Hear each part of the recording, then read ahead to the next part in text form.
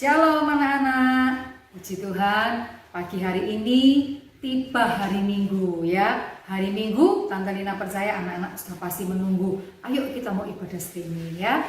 Seluruh guru-guru sekolah Minggu menyapa anak-anak melalui Tante Lina pagi hari ini. Tante menyampaikan salam seluruh guru-guru sekolah Minggu kepada murid-murid sekolah Minggu Api Ambengan ya. Anak-anak tetap semangat, tambah setia. Tante percaya anak-anak pasti diberkati Tuhan. Selamat beribadah, Tuhan Yesus memberkati.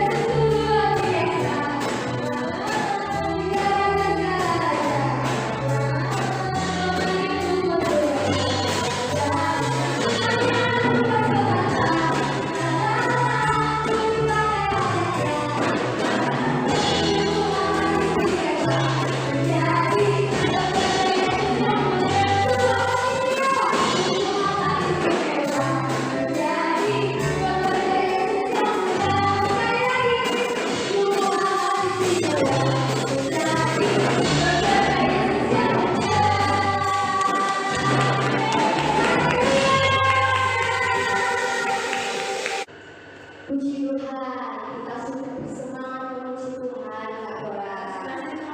Masih semangat.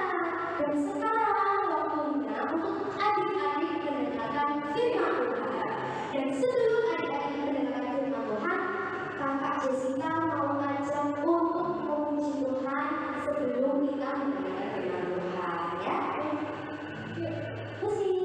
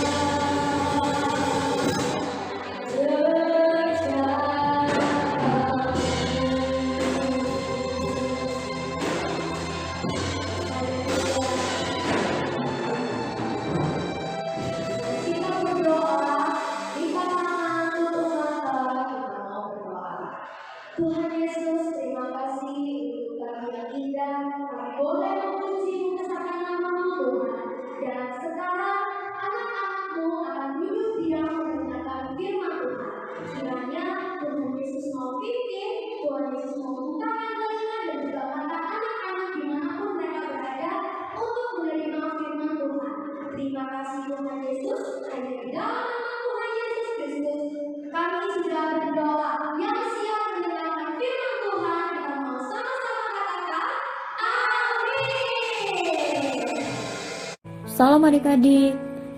Hari ini firman Tuhan yang akan kita baca terdapat di dalam Injil Lukas pasal 19 ayat 1 sampai 10. Tema firman Tuhan hari ini adalah pembaharuan atau perubahan yang menghasilkan kejujuran. Ayat hafalan kita terdapat di dalam Injil Lukas pasal 19 ayat yang ke-10. Demikian bunyi firman Tuhan, sebab Anak Manusia datang untuk mencari dan menyelamatkan yang hilang. Nah, hari ini kakak mau bercerita tentang seseorang yang sangat senang sekali karena kedatangan tamu spesial. Pada waktu itu, ketika Tuhan Yesus masih ada di dunia ini, dia melayani, dia mengajar orang banyak, dia menyembuhkan orang yang sakit, dia pergi ke kota, dia juga pergi ke desa, bahkan kemanapun dia pergi, pasti ada orang yang mengikutinya. Kenapa ya Tuhan Yesus pergi dari desa ke kota, dari kota ke desa?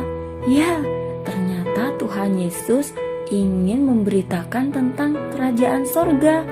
Waktu itu Tuhan Yesus menyembuhkan seorang yang buta di kota Yeriko, dan Yesus masuk ke kota Yeriko dan berjalan melintasi kota itu. Banyak sekali orang yang berdatangan untuk melihat Tuhan Yesus, karena waktu itu mereka sudah mendengar cerita-cerita tentang Tuhan Yesus yang hebat. Dia yang berkuasa menyembuhkan orang yang sakit, mengadakan mujizat. Nah, pada waktu Tuhan Yesus melewati kota Yeriko dan masuk di kota itu, Tuhan Yesus di sana bertemu orang banyak. Nah, di situ ada seorang yang bernama Sakeus. Dia adalah seorang yang sangat kaya raya. Dia adalah kepala pemungut cukai. Ia mengambil pajak lebih dari yang telah ditentukan. Nah, mengambil hak milik orang lain itu adalah dosa. Apa itu dosa? Dosa adalah melanggar perintah Tuhan. Ketika seseorang melanggar perintah Tuhan, apa yang dimaksud? Dia mendapatkan upah. Bukan hidup yang kekal yang diterimanya, tetapi mati selama-lamanya di neraka. Orang berdosa dihukum oleh Allah dan terpisah oleh Allah selama-lamanya di api neraka. Nah, tadi kan dikatakan bahwa Yesus mau lewat di kota Yeriko, dan Sakeus penasaran adik-adik. Ia ingin melihat Tuhan Yesus, namun tidak bisa karena badannya pendek. Walaupun ia orang dewasa, tapi badannya pendek adik-adik. Nah, akhirnya dia berinisiatif untuk memanjat pohon ara. Dia ingin melihat Tuhan Yesus dari atas pohon ara itu. Lalu, ia memanjat pohon ara itu. Lalu, waktu dia memanjat pohon ara, Tuhan Yesus melihat ke atas. Dan Yesus berkata bahwa ia akan menumpang di rumah Sakeus. Lalu Tuhan Yesus berkata, Sakeus, segeralah turun, sebab hari ini aku harus menumpang di rumahmu. Lalu Sakeus segera turun, dan dia menerima Tuhan Yesus di rumahnya dengan sukacita. Tetapi semua orang yang ada di sekelilingnya, orang-orang banyak itu ketika melihat Yesus ingin menumpang di rumah Sakeus, mereka bersungut-sungut. Mengapa ia menumpang di rumah orang berdosa? Dia kan suka memeras harta orang lain, suka memeras orang lain dan merugikan orang lain. Tetapi Sakeus berdiri dan berkata kepada Tuhan, Tuhan, setengah dari milikku akan kuberikan kepada orang miskin, dan sekiranya ada sesuatu yang kuperas dari orang lain akan aku kembalikan 4 kali lipat. Sakeus berkata demikian di depan banyak orang. Lalu Tuhan Yesus berkata, hari ini telah terjadi keselamatan kepada rumah ini, karena orang ini pun anak Abraham. Sebab Anak Manusia datang untuk mencari dan menyelamatkan yang hilang. Jadi walaupun Sakeus adalah orang berdosa, Tuhan Yesus ingin Sakeus diselamatkan. Tuhan Yesus ingin Sakeus menerima Yesus dalam hidupnya dan memiliki perubahan hidup atau pembaharuan yang lebih baik. Wah, luar biasa ya. Tuhan Yesus memulihkan kehidupan daripada Sakeus. Pertemuan Sakeus dengan Yesus membawa perubahan. Dia yang tadinya mementingkan diri sendiri menjadi mementingkan orang lain juga. Dia tidak mempergunakan kekuasaannya lagi dengan suka-suka hatinya, tetapi dia menjadi pribadi yang murah hati, jujur dan peduli kepada orang lain. Luar biasa sekali ya. Orang-orang yang sudah dia peras hartanya, dia kembalikan lagi uangnya 4 kali lipat. Dan dia memberikan setengah dari hartanya kepada orang miskin. Itu semua benar-benar terjadi ketika Tuhan Yesus bertemu dengan Sakeus secara pribadi. Nah, apakah adik-adik sudah bertemu dengan Tuhan Yesus? Apakah adik-adik sudah mengalami perubahan hidup yang baik? Ya, kita sudah percaya dan menerima Tuhan Yesus dalam hati kita. Pasti ada buah-buah roh, ada perubahan dalam hidup kita.